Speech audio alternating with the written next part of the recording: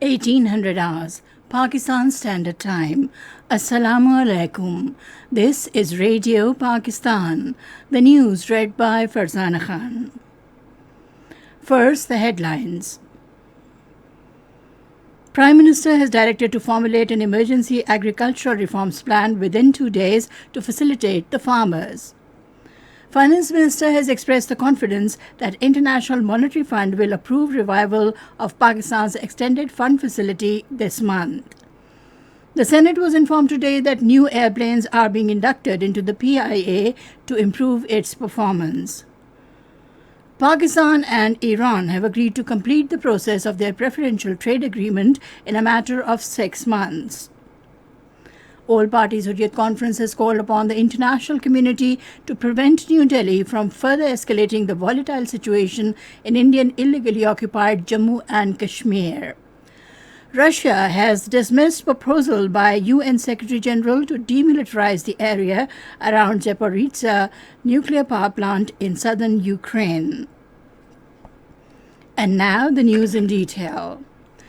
Prime Minister Mohammad Shahbaz Sharif has directed the authorities concerned to formulate an emergency agricultural reforms plan within 2 days to facilitate the farmers. He was presiding over a meeting in Islamabad today to review progress of agriculture sector. The Prime Minister said he would announce a comprehensive agricultural reforms plan very soon to achieve prosperity of the farmers, enhance agricultural production, and reduce the input prices. He said the government would provide facilities to the farmers on emergency basis, including low-cost seed and fertilizers.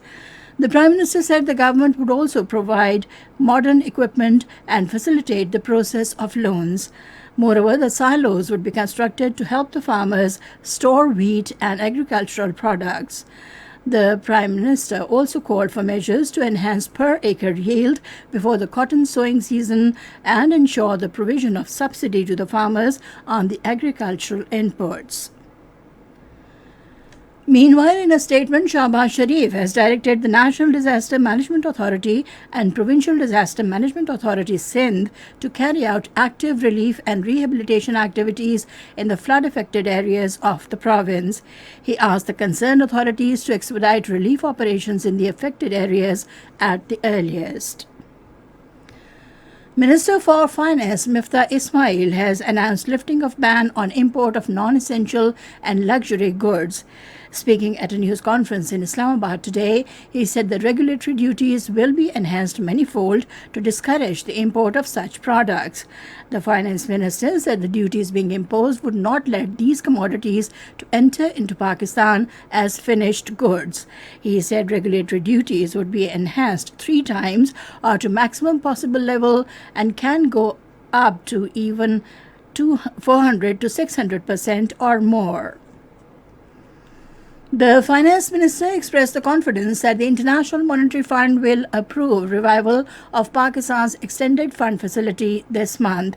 He said the IMF board has scheduled its meeting on the 29th of this month to debate and approve Pakistan's program. The Finance Minister said there is a funding gap of $4 billion which will be covered with the assistance and cooperation of friendly countries including Saudi Arabia, the UAE and Qatar.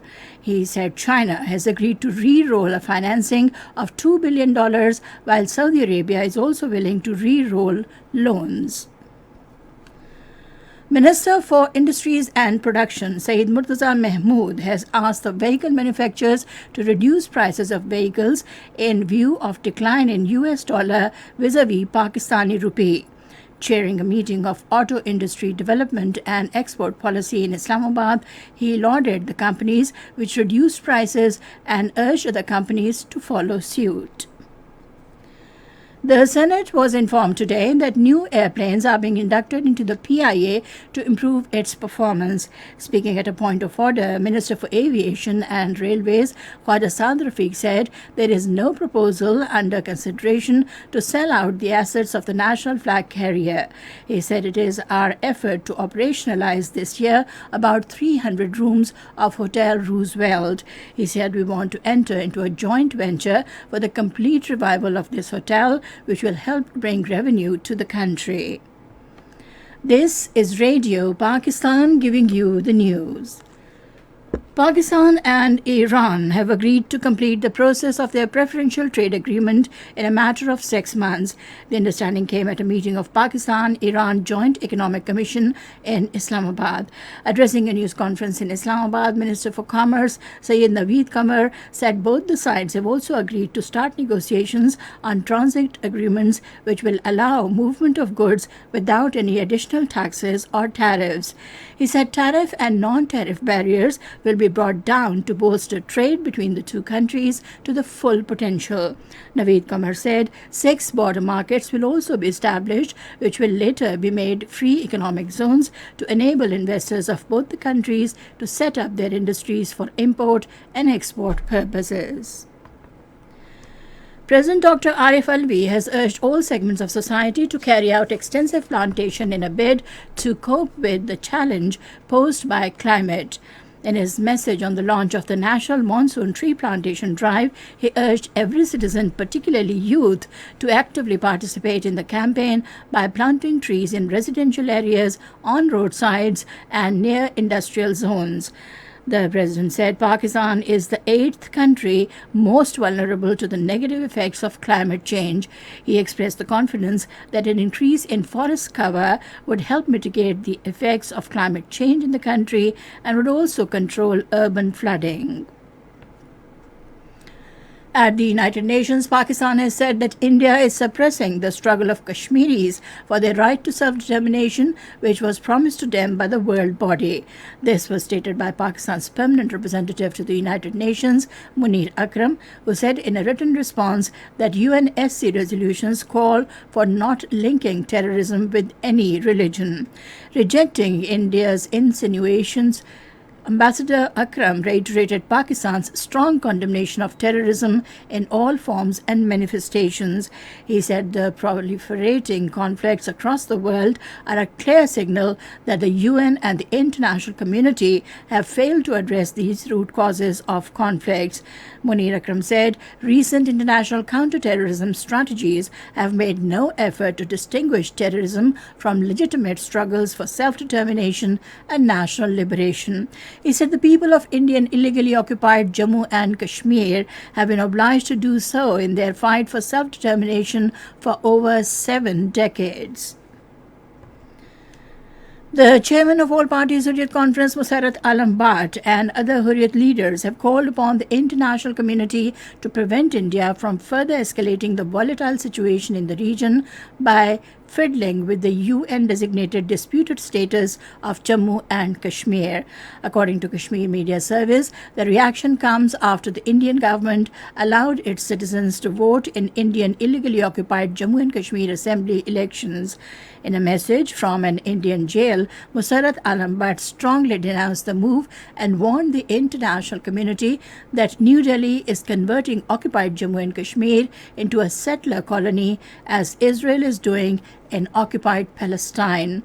He said the Indian government is bringing people from Rajasthan, Uttar Pradesh, Bihar, Punjab and other states as part of its plan to initially settle more than 2.5 million non-locals in occupied Kashmir.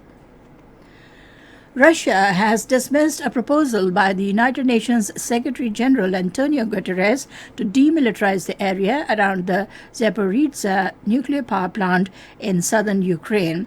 During a press briefing, Foreign Ministry spokesman Ivan Nishayev said the proposals are unacceptable. The Zaporizhzhia nuclear plant was captured by Russia in March, and it has repeatedly come under fire in recent weeks, sparking fears of a nuclear disaster. Meanwhile, Russia says 3 MiG-31E warplanes equipped with Kinzhal hypersonic missiles have been relocated to the Kaliningrad region. According to Russian state-owned news agency RIA, the MiG jets would be on round-the-clock duty. Kaliningrad, a Russian Baltic coast exclave, became a flashpoint after Lithuania moved to limit goods transit to the region through its territory. And now, cricket. In the second one-day international at Rotterdam against the Netherlands, Pakistan were 8 for 210 Pakistan were 8 for no loss in 1 over a short while ago. Earlier, batting first, the Netherlands scored 186 runs for all out in 44 overs. Pakistan is leading the series by 1-0. And finally, the weather report. Rain and wind with thunder showers is expected in Sindh, eastern Balochistan, Upper Punjab, Khyber Pakhtunkhwa, Kashmir and Gilgit-Baltistan during the next 12 hours. Heavy falls are also likely at isolated places in Upper Sindh, eastern Balochistan and Khyber Pakhtunkhwa during the period. And with that, we come to the end of the news. For more news and analyses, log on to our website, radio.gov.pk, and also watch live video streaming of our bulletins from the link facebook.com/Radio Pakistan News.